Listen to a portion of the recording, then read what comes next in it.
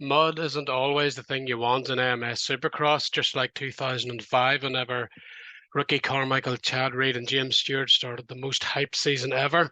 The mud at A1 paved the way for Ricky Carmichael's championship as Chad Reed suffered a DNF, or at least a very low finish, and James Stewart, similar situation, and then breaking his arm the week after in practice at the first dry supercross of the year. The anticipation maybe 1 week too much for Stewart, as Ricky Carmichael from the very start of the season had a points gap. Now at Anaheim 1 this year, it was dry.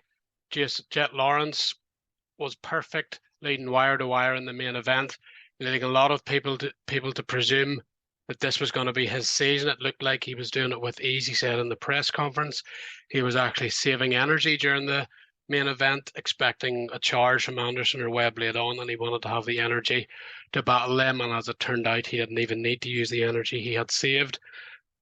Cut to San Francisco, and all of a sudden the rains come, the mud comes. Jorge Prado wins the heat. Pretty awesome for him, coming over on a part-time basis for only 3 rounds before he goes and defends his MXGP championship. But the big story was Chase Sexton winning his first race for Red Bull KTM. He's now got the red plate as Jet Lawrence takes 9th.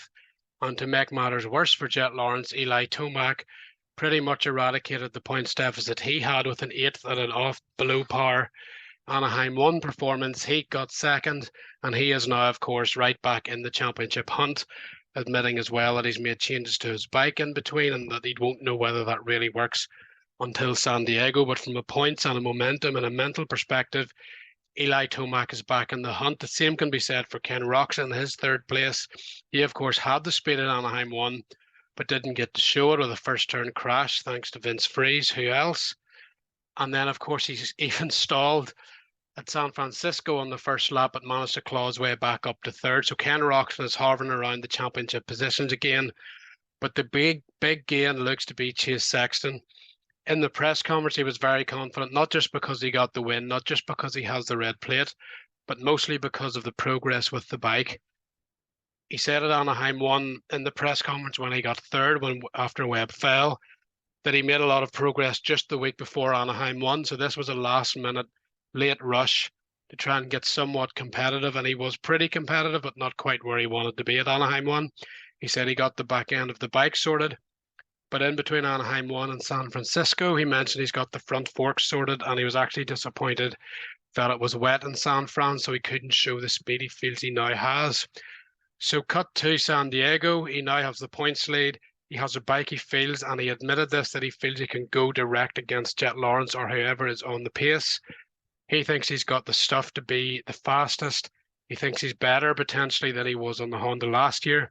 And if you're going to have prime Chase Sexton against prime Jet Lawrence, a rejuvenated Eli Tomac, Ken Roczen, who looks really good, let's not forget Jason Anderson and Cooper Webb, who were very fast at A1.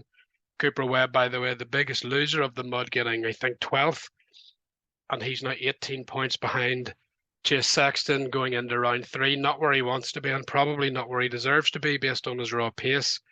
But you can't forget Anderson and Webb. You have the consistency of Plessinger and Dylan Ferrandis as well, in both the wet and the dry. And suddenly, this championship has been totally reset thanks to the mud, the complete opposite of 2005.